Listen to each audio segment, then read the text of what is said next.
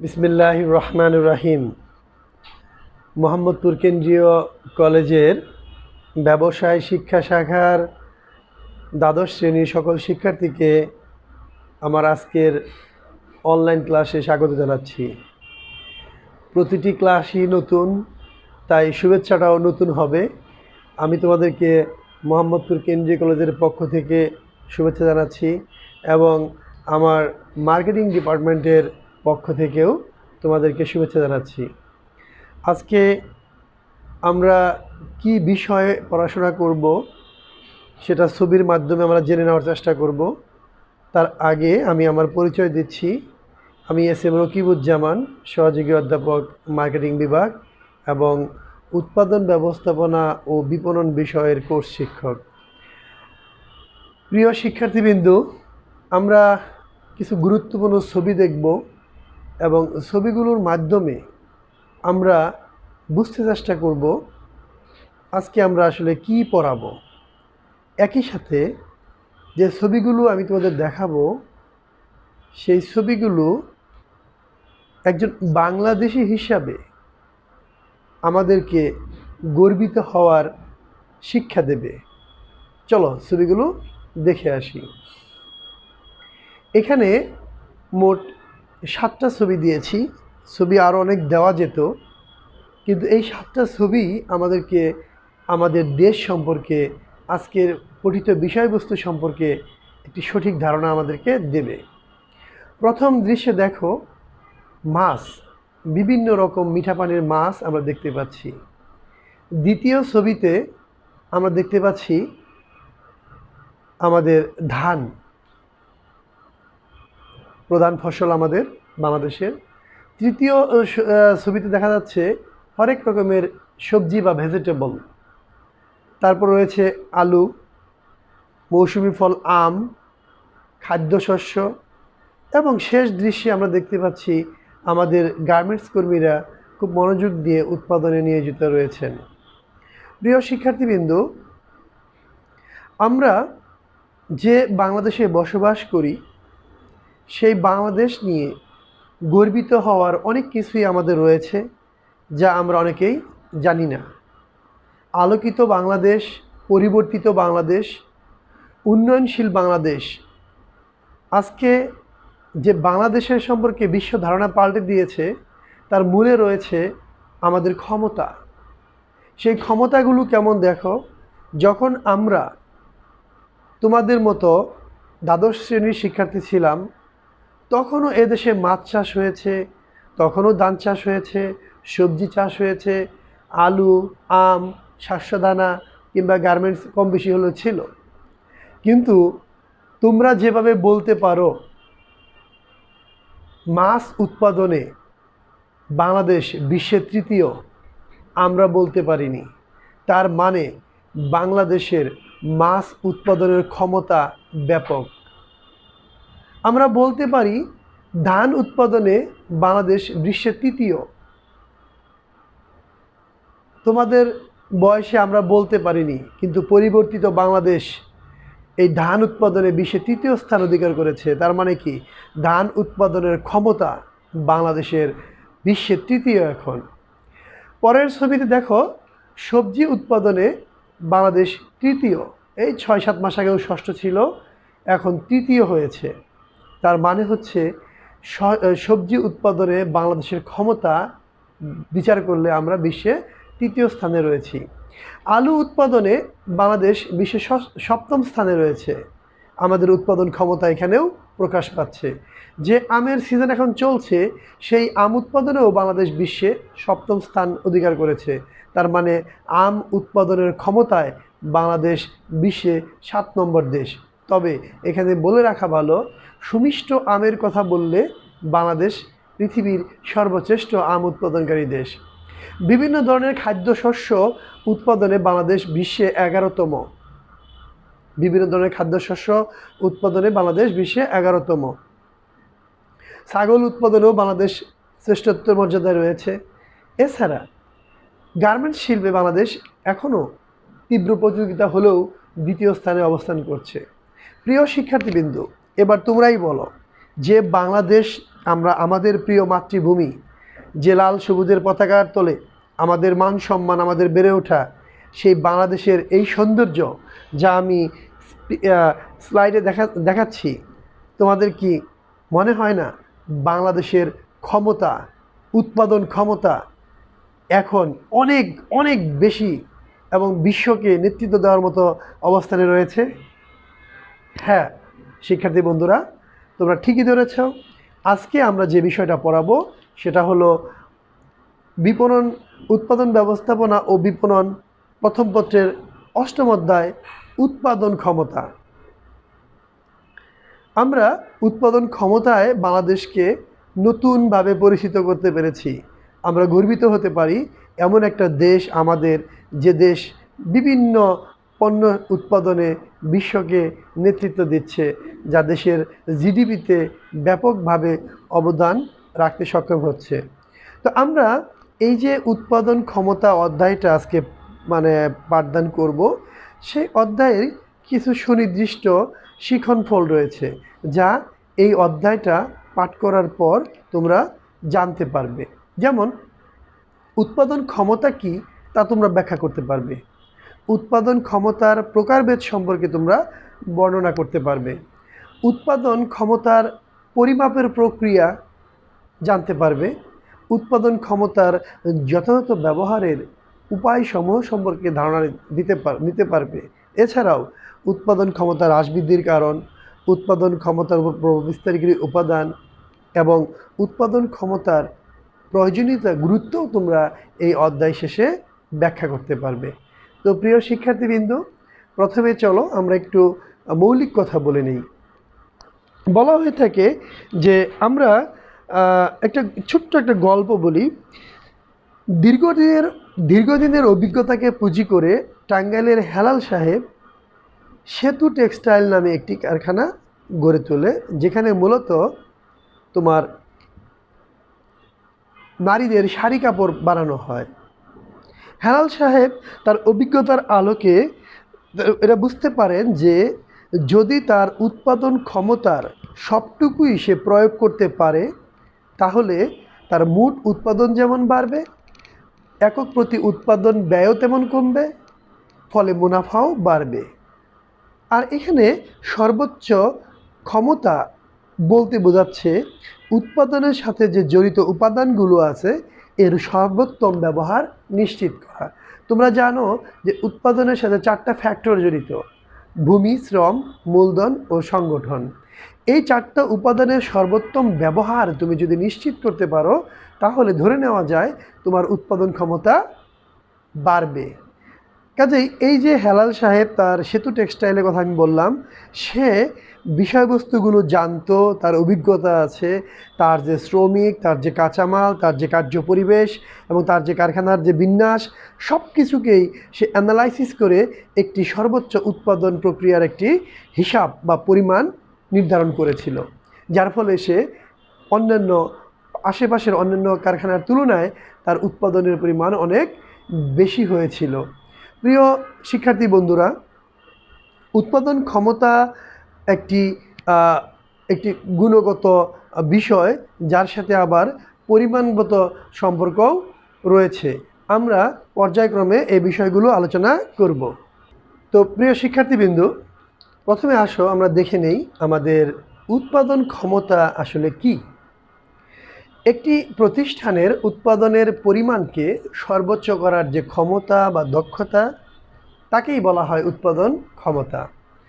একটা প্রতিষ্ঠানের উৎপাদন ক্ষমতার যথাযথ প্রয়োগ এবং ব্যবহারের উপর প্রতিষ্ঠানের সফলতা বহুলাংশে নির্ভর করে। অনেক সময় দেখা যায় যে প্রতিষ্ঠানের সক্ষমতা আছে বা সামর্থ্য আছে, ক্ষমতা আছে, কিন্তু কার্যক্ষেত্রে দেখা যাচ্ছে সেই ক্ষমতার সঠিক ব্যবহার হচ্ছে না। কিন্তু বাস্তবে যদি একটা প্রতিষ্ঠান তার উৎপাদনের যে দক্ষতা বা ক্ষমতা আছে তা যদি সে ব্যবহার করতে পারে, তাহলে ওই প্রতিষ্ঠানের উৎপাদনের পরিমাণ অবশ্যই বৃদ্ধি পাবে এবং প্রতিষ্ঠান লাভবান হবে। আর এই কারণে দরকার যে উৎপাদন ক্ষমতা নির্ধারণ করতে হবে। আসলে একটা প্রতিষ্ঠানের উৎপাদন ক্ষমতা নির্ধারণ করতে হবে। যেমন মনে করো তুমি কতটুকু কাজ করতে পারবে এটা তোমাকে আগে নির্ধারণ করতে হবে। তুমি যতটুকু পারবে, সর্বোচ্চ যতটুকু পারবে ততটুকুই তোমার কাজ করা উচিত। তার চেয়ে বেশি করতে গেলে সেটা ভুল হবে, তার চেয়ে কম করতে গেলে তোমার ক্ষমতার পূর্ণ ব্যবহার হবে না। এই জন্য একটা কোম্পানিকে আগে নির্ধারণ করতে হবে তার উৎপাদন ক্ষমতা কতটুকু, এবং এই উৎপাদন ক্ষমতাটার সাথে কি হবে, আমি বর্তমানে কী পরিমাণ পণ্য উৎপাদন করছি, অর্থাৎ আমার ক্ষমতা কতটুকু, আমি বাস্তবে করছি কতটুকু, এবং আমার কাম্য উৎপাদনের মাত্রা কত। কাম্য উৎপাদনের মাত্রা বলতে বোঝাচ্ছি যে সর্বোচ্চ উৎপাদন করব সর্বনিম্ন ব্যয়, অর্থাৎ তোমরা যা তৃতীয় অধ্যায়ে পড়েছ উৎপাদনের মাত্রা, যেখানে ছিল মিতব্যয়ী, কাম্য, অমিতব্যয়ী। এর কাম্য হচ্ছে তোমার এমন একটা লেভেলে পণ্য উৎপাদন করা যেখানে ব্যয় সবচেয়ে কম, আয় সবচেয়ে বেশি। সেই কাম্য উৎপাদন মাত্রাও সম্পর্কে কোম্পানিকে জানতে হবে। আর আমার এই উৎপাদনের যে ক্ষমতা, সেখানে আমি কতটুকু সুযোগ সুবিধা আমি পাচ্ছি, বা আমার বিদ্যমান সুযোগ সুবিধা কতটুকু রয়েছে, উৎপাদনের ক্ষমতার পরিমাণ করা বা কোয়ান্টিটেটিভ অ্যানালাইসিস করে তোমার কি করতে হয়, এই উৎপাদন ক্ষমতা সিদ্ধান্ত নিতে হয়।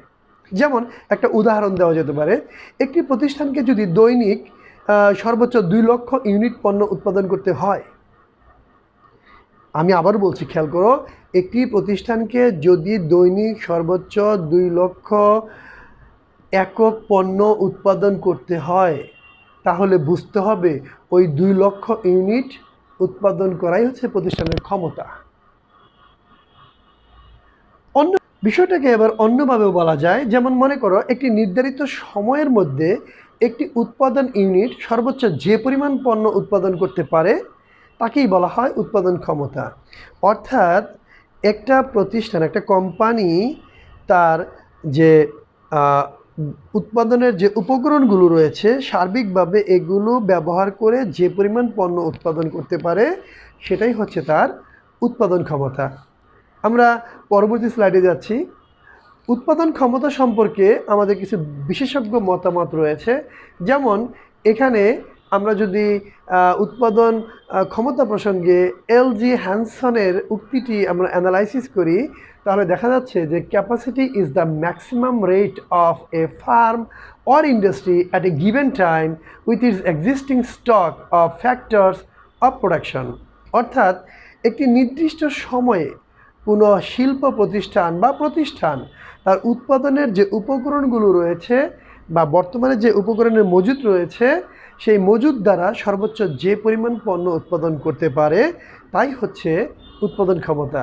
অর্থাৎ যে কথাটা আমি একটু আগে বললাম সেই কথাটাই একজন বিশেষজ্ঞর কোট করা কথা, আমি সেটাই তোমাদের বললাম। অর্থাৎ একটি নির্দিষ্ট সময়ে কোনো শিল্প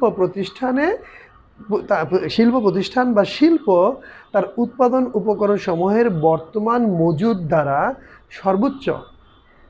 সর্বোচ্চ যে পরিমাণ পণ্য উৎপাদন করতে পারে তাকেই বলা হয় উৎপাদন ক্ষমতা। তার মানে হচ্ছে কি, উৎপাদন ক্ষমতা হচ্ছে উৎপাদনের সর্বোচ্চ হার এবং এর পরিমাণ সম্পর্কিত ধারণা। অবশ্যই এটা পরিমাণযোগ্য হতে হবে। উৎপাদন ক্ষমতা প্রতিষ্ঠানের নির্ধারিত সময়কে চিহ্নিত করে। তুমি উৎপাদন ক্ষমতার সাথে কিন্তু সময়ের একটা গাইডলাইন বা বার থাকতে হবে। উৎপাদন ক্ষমতাকে অবশ্যই সংখ্যায় প্রকাশ করতে হবে। উৎপাদন ক্ষমতা একটি নির্দিষ্ট সময়ের সাথে, এ কথাটা 2বার বলা হয়েছে, তার মানে এটা গুরুত্বপূর্ণ বিষয়। তাই বলা যায় উৎপাদন ক্ষমতা হলো সর্বোচ্চ উৎপাদন প্রক্রিয়া যা একটি নির্দিষ্ট সময়ে উৎপাদনের পরিমাণ দ্বারা প্রকাশ করা যায়। আমরা পরবর্তী স্লাইডে যাচ্ছি, যেখানে আমরা পাবো আমাদের উদ্দীপকের একটি গুরুত্বপূর্ণ শিকনফল। এটার উপরে এই উদ্দীপক আসে, যতবার আসছে এটাই আসছে। আবার বললাম, যতবার এই অধ্যায় থেকে প্রশ্ন আসছে এটাই আসছে। তাহলে কি আমি আগের কথাগুলো ফাও বললাম? না, ওগুলো জানতে হবে, তবে এটা বেশি করে জানতে হবে। কি? উৎপাদন ক্ষমতার প্রকারভেদ।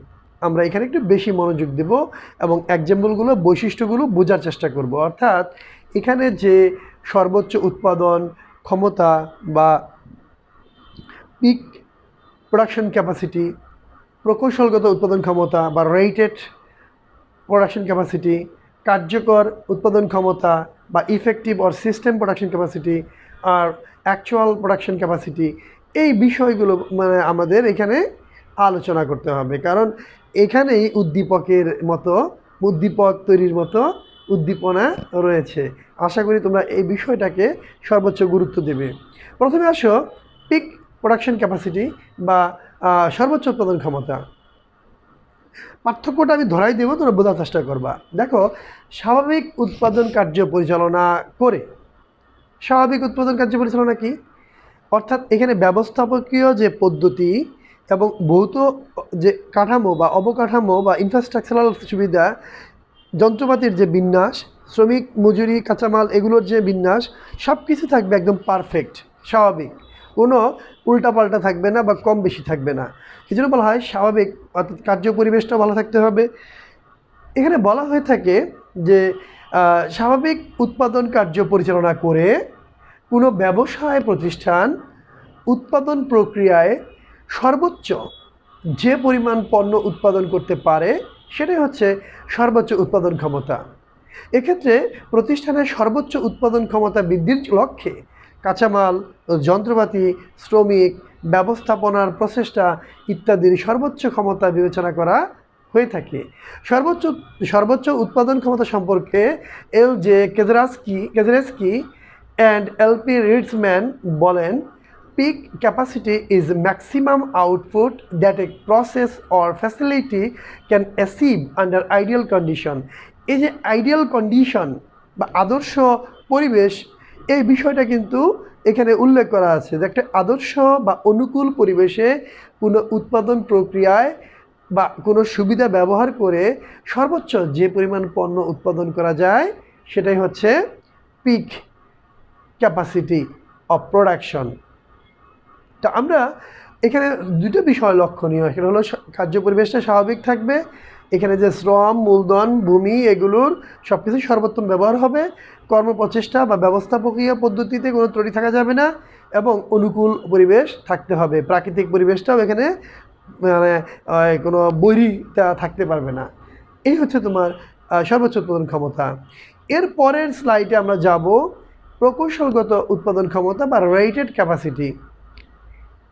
আমরা এখানে একটু বলতে পারি যে যন্ত্রের উৎপাদন ক্ষমতা মূল্যায়নের মাধ্যমে প্রতিষ্ঠানের যে সর্বোচ্চ উৎপাদন ক্ষমতা নির্ধারণ করা হয় তাকে বলা হয় প্রকৌশলগত উৎপাদন ক্ষমতা বা রেটেড ক্যাপাসিটি অফ প্রোডাকশন। বিষয়টা হলো, তোমরা লক্ষ্য করে দেখবা আমাদের দেশে এখন আধুনিক যুগে বিভিন্ন ভারী যন্ত্রপাতির প্রোডাকশন ক্যাপাসিটি লেখা থাকে। একটা ফটোকপি মেশিন মিনিটে কয়টা পেজ বের করবে, কিংবা একটা ভারী যন্ত্রপাতি বা মেশিনারিজ কয় বছর চলবে, ওদের প্রোডাকশন পাওয়ার কত হবে পার আওয়ার, পার ডে, বা একটা নির্দিষ্ট ঘন্টায় কত ইউনিট পণ্য উৎপাদন করবে, এই ধরনের ক্যাপাসিটি লেখা থাকে। তো এই যে লেখা থাকে, এটা দেখে আমরা বুঝতে পারি যে এই মেশিনের উৎপাদন ক্ষমতা কত। তাহলে প্রিয় শিক্ষার্থীবৃন্দ, তোমরা কিন্তু বুঝতে পেরেছ যে প্রকৌশলগত উৎপাদন ক্ষমতা এবং সর্বোচ্চ উৎপাদন ক্ষমতার মধ্যে একটা বেসিক পার্থক্য হলো, ওখানে স্বাভাবিক কার্য পরিবেশে উৎপাদনের প্রতিটি ইউনিট এর সর্বোচ্চ ব্যবহার হবে, আর এখানে কিন্তু শুরুতেই বলা আছে যে যন্ত্রের উৎপাদন ক্ষমতা পরিমাপের মাধ্যমে বা মূল্যায়নের মাধ্যমে আমরা যে সর্বোচ্চ উৎপাদন ক্ষমতা পরিমাপ করতে পারি, নির্ধারণ করতে পারি, সেটা হচ্ছে রেটেড ক্যাপাসিটি অফ প্রোডাকশন। এ বিষয়ে ক্রাজেস্কি বলেন যে the rated capacity is an engineering assessment of maximum annual output of A plant. কোনো একটা প্রকল্প থেকে যন্ত্রপাতির মাধ্যমে বার্ষিক সর্বোচ্চ যে পরিমাণ পণ্য উৎপাদন করা যায় তার কৌশলগত মূল্যায়নকে বলা হয় প্রকৌশলগত উৎপাদন ক্ষমতা। দৈনিক সর্বোচ্চ উৎপাদন ক্ষমতা কত তা নির্ধারণ করে দেয় প্রকৌশলগত উৎপাদনের একটি যন্ত্রের মোট উৎপাদন ক্ষমতা। আমি আবারও বলছি যে দৈনিক উৎপাদন ক্ষমতা কতটুকু হবে তা কিন্তু যন্ত্রের মাধ্যমেই নির্ধারণ করা হয়, এই জন্যই এটা বলা হয় প্রকৌশলগত উৎপাদন ক্ষমতা। আমি পরবর্তী স্লাইডে যাচ্ছি। কার্যকর উৎপাদন ক্ষমতা বা ইফেক্টিভ বা সিস্টেম ক্যাপাসিটি। কোনো প্রক্রিয়া তার সকল সুযোগ সুবিধা ব্যবহার করে মিতব্যয়িতার সাথে, দেখো পার্থক্য কিন্তু আছে, সকল সুযোগ সুবিধা কিন্তু আমি সর্বোচ্চ উৎপাদন ক্ষমতায়ও বলেছিলাম, কিন্তু এখানে কিন্তু পার্থক্য হচ্ছে কোনো প্রক্রিয়া তার সকল সুযোগ সুবিধা ব্যবহার করে মিতব্যয়িতার সাথে স্বাভাবিক পরিবেশে, সেখানেও স্বাভাবিক পরিবেশ ছিল কিন্তু এখানেও আছে, কিন্তু মিতব্যয়িতা শব্দটা কিন্তু স্বাভাবিক থেকে সর্বোচ্চ থেকে কার্যকরকে পৃথক করেছে। আমরা অনেক কথা বলতে পারি, আমি এটা পারি সেটা পারি, আসলে কার্যকরী আমি কার্যকরভাবে কতটুকু পারি এটা হচ্ছে সেটা, এটা অ্যাপ্লাইড আর কি। তার মানে কি, কোনো প্রক্রিয়া তার সকল সুযোগ সুবিধা ব্যবহার করে মিতব্যয়িতার সাথে স্বাভাবিক কার্য পরিবেশে একটি নির্দিষ্ট সময়ে সর্বোচ্চ যে পরিমাণ পণ্য উৎপাদন করতে পারে বা সেবা উৎপাদন করতে পারে সেটাই হচ্ছে কার্যকর উৎপাদন ক্ষমতা। এই প্রসঙ্গে ক্রাজেস্কি বলেন যে effective capacity is the maximum output that a process or farm can economically sustain under normal condition. Condition will be normal, it must be economical, production will be maximum. এই তিনটা বিষয় এখানে তোমাদের মনে রাখতে হবে। অর্থাৎ স্বাভাবিক কার্য পরিবেশে কোনো প্রক্রিয়া বা ফার্ম মিতব্যয়িতার সাথে যে সর্বোচ্চ উৎপাদন নিশ্চিত করতে পারে তাকে বলা হয় কার্যকর উৎপাদন ক্ষমতা বা সিস্টেম ক্যাপাসিটি বা ইফেক্টিভ ক্যাপাসিটি।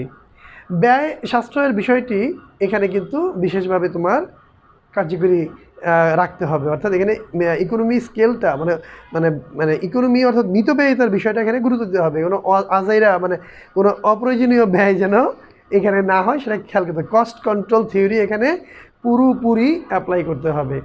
সর্বশেষ আমাদের প্রকৃত উৎপাদন ক্ষমতা, অ্যাকচুয়াল ক্যাপাসিটি অফ প্রোডাকশন, সর্বোচ্চ উৎপাদন ক্ষমতা ব্যবস্থা থেকে স্বাভাবিক একটি নির্দিষ্ট সময়ে, স্বাভাবিকভাবে একটা নির্দিষ্ট সময়ে যে পরিমাণ পণ্য বা আউটপুট পাওয়া যায় তাকে প্রকৃত উৎপাদন ক্ষমতা বলে। বাস্তবিক পক্ষে যন্ত্রপাতি যতটুকু উৎপাদন করবে তাই হলো প্রকৃত উৎপাদন ক্ষমতা। যেমন মনে করো একটা মেশিন ঘন্টায় 10,000 কিউসেক পানি দেবে, এটা লেখা আছে। পরিবেশ স্বাভাবিক, সর্বোচ্চ উৎপাদন ক্ষমতার জন্য যা যা লাগে সব আছে। মেশিন স্টার্ট দিলা, সেখানে 8,000 কিউসেক পানি দিল, অর্থাৎ সব কিছুই লেখা আছে। তার রেটেড ক্যাপাসিটি আছে 10,000 পার আওয়ার কিউসেক ওয়াটার। তুমি এটা অ্যাপ্লাই করেছো, উৎপাদনের যে পারিপার্শ্বিক প্রয়োজনীয়তা সেগুলো ওকে আছে, কিন্তু দেখা গেল ওই মেশিনটা 8,000 কিউসেক পানি সরবরাহ করেছে 1 ঘন্টায়। তাহলে এই যে 8,000 এটি তার বাস্তব বা প্রকৃত উৎপাদন ক্ষমতা।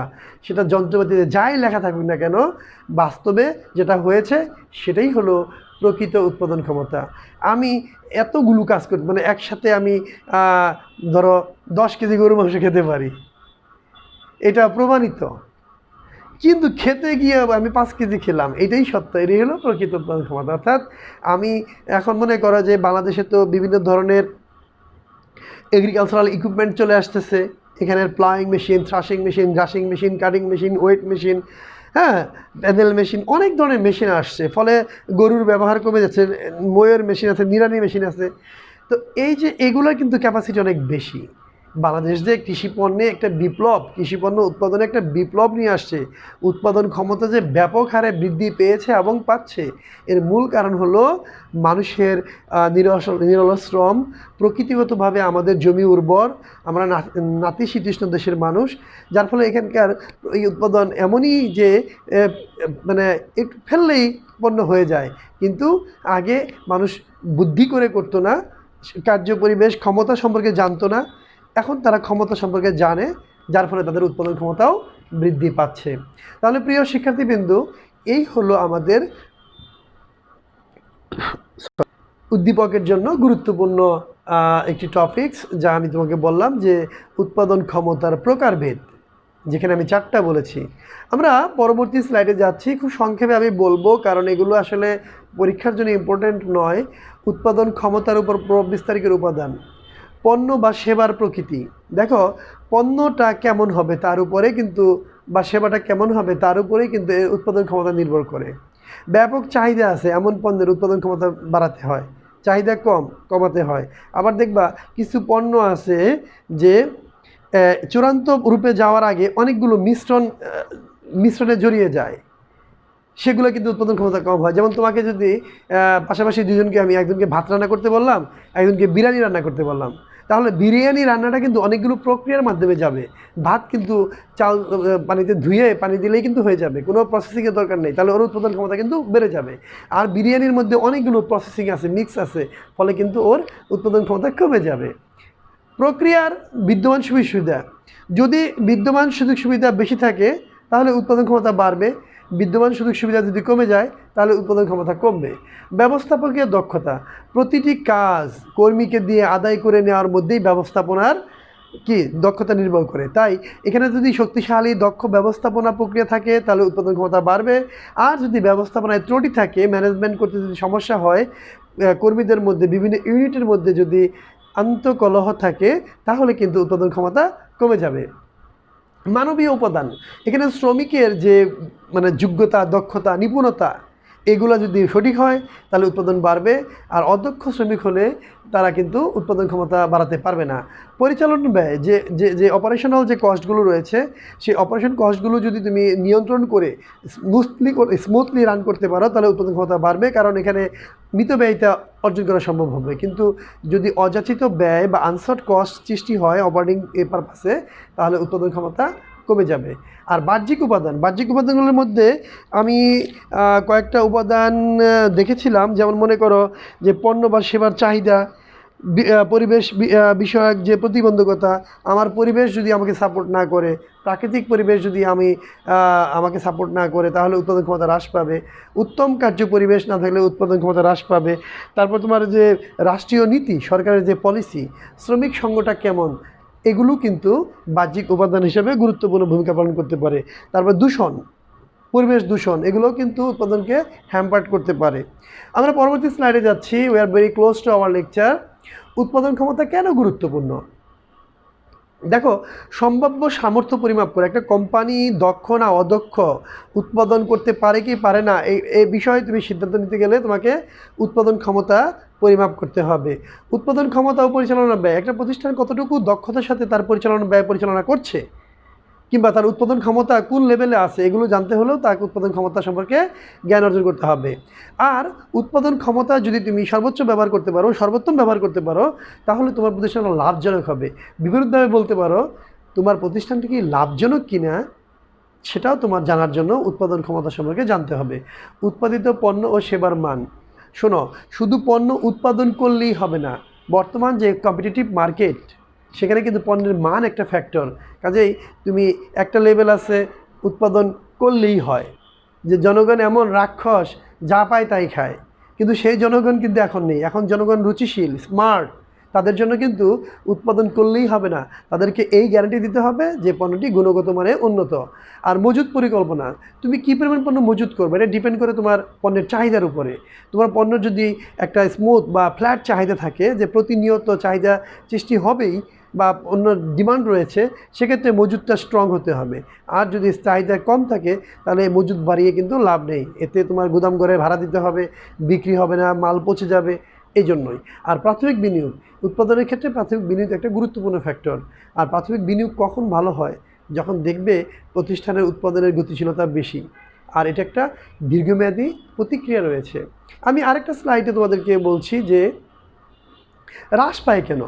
যদি চাহিদার পরিবর্তন হয়, উৎপাদন ক্ষমতা অটোমেটিক্যালি হ্রাস পাবে। অর্থাৎ তোমার পণ্যের একসময় চাহিদা ছিল ব্যাপক, তুমি উৎপাদন করেছো ব্যাপক, কিন্তু এখন চাহিদা নেই, প্রতিযোগীর পণ্য ডিমান্ড ফুল হয়েছে, ফলে কি তোমার চাহিদা পরিবর্তনের কারণে, অর্থাৎ নেতিবাচক চাহিদার কারণে কিন্তু উৎপাদন ক্ষমতা হ্রাস পেতে পারে।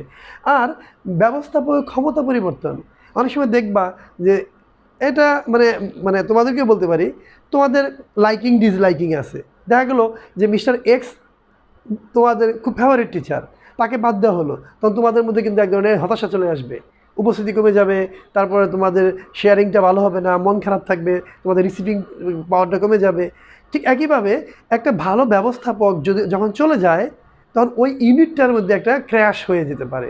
কর্মীদের অদক্ষতা, অনেক সময় দেখা যায় কর্মীরা অদক্ষ হয়, ফলে উৎপাদন ব্যবস্থা কি হয়, হ্রাস পায়। যন্ত্রপাতির অক্ষমতা, শুরুতে একটা যন্ত্রপাতি যেভাবে কাজ করে, একটা লম্বা সময় ব্যবহার করার পরে আস্তে আস্তে এর প্রোডাক্টিভিটি কমে যায়। পণ্য মিশ্রণ, পণ্য মিশ্রণ যদি জটিল হয় তাহলে উৎপাদন ক্ষমতা হ্রাস পাবে। যদি সহজ হয় বাড়ে। কাজে অনেক সময় দেখা যায় পণ্যের মিশ্রণটা এত জটিল হয় যে উৎপাদন ক্ষমতা হ্রাস পেতে পারে। বাজারের অবস্থা পরিবর্তন, বাজারের ডিমান্ড সিচুয়েশন যদি নেগেটিভ হয় তাহলে উৎপাদন ক্ষমতা হ্রাস পাবে। অধিকতর উন্নয়নের পণ্য উৎপাদন, এখন দেখা গেল কি যে পণ্যটা তুমি উৎপাদন করছো বাজারের চাহিদা ছিল, তুমি চেয়েছ যে আরও গুণগত মানের উন্নত পণ্য আমি করবো, কিন্তু যে গুণগত মানের উন্নত পণ্য তুমি উৎপাদন করলো এটা কাস্টমারের ডিমান্ড ফুলফিল করতে পারলো না বা তাদের মনের ভিতরে স্থান নিতে পারলো না, ফলে কি হয় বাধ্য হয়ে তোমার উৎপাদন ক্ষমতা হ্রাস পাবে। তারপর হলো শ্রমিকদের অসহযোগিতা, এটা সবসময় মনে রাখবা, শ্রমিকরা কিন্তু উৎপাদনের প্রাণ শক্তি। যদি তারা নিজেদেরকে কোম্পানির স্বার্থে প্রয়োগ করে তাহলে কোম্পানি উঠবে, আর তারা যদি নিজেদের স্বার্থে কোম্পানিকে ব্যবহার করে তাহলে কিন্তু কোম্পানি উঠবে না।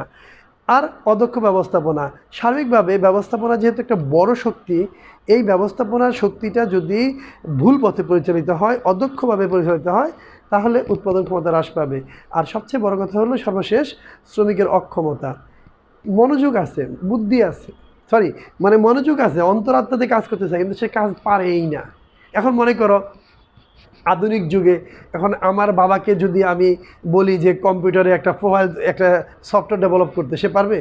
তার ইচ্ছা আছে, সে চেষ্টাও করছে, কিন্তু জীবনেও সে পারবে না। কারণ কি, তার মধ্যে সেই ভাবটা বা সেই ক্ষমতাটা নাই, সে অক্ষম। কাজেই যে শ্রমিকের যে কাজে সক্ষমতা নেই তাকে যদি সেই কাজ করতে দেওয়া হয় তাহলে কি হবে, অক্ষমতা প্রকাশ পাবে এবং ফাইনালি কি হবে, উৎপাদন ক্ষমতা হ্রাস পাবে। তো অনেক কথা বলে ফেললাম প্রিয় শিক্ষার্থী, আজকে তোমাদের কোনো হোমওয়ার্ক নেই। আমি এই অধ্যায়ের আরও একটা ক্লাস নেব, যে ক্লাসটা হবে তোমার এই উৎপাদন ক্ষমতার পরিমাপ। এখানে ম্যাথমেটিক্যাল কিছু বিষয় রয়েছে, খুবই সহজ। তোমরা যদি চাও ভালো করে বাসায় দেখে নিও উৎপাদন ক্ষমতার পরিমাপ। এটা বাড়ির কাজ দিলাম, যদিও এখানে লেখা নেই, আমি তোমাদেরকে বাড়ির কাজ দিলাম যে সর্বোচ্চ উৎপাদন ক্ষমতা কিভাবে পরিমাপ করা যায়, প্রকৌশলগত উৎপাদন ক্ষমতা কিভাবে পরিমাপ করা যায়, কার্যকর উৎপাদন ক্ষমতা কিভাবে পরিমাপ করা যায় এবং প্রকৃত উৎপাদন ক্ষমতা কিভাবে পরিমাপ করা যায়। এই বিষয়গুলো তোমরা যদি একটু পড়াশোনা করো তাহলে পরবর্তী ক্লাসে খুব মজা পাবে। আশা করি সে পর্যন্ত তোমরা ভালো থাকবে, সুস্থ থাকবে, নিরাপদে থাকবে। সবার জন্য শুভকামনা। আগামীর দিন হোক সৌন্দর্যমণ্ডিত, নিরাপদ এবং তোমাদের ভবিষ্যৎ উজ্জ্বল হোক, এই আশাবাদ ব্যক্ত করে আজকের ক্লাস শেষ করছি। আসসালামু আলাইকুম রহমতুল্লাহি ওয়া বারাকাতুহু।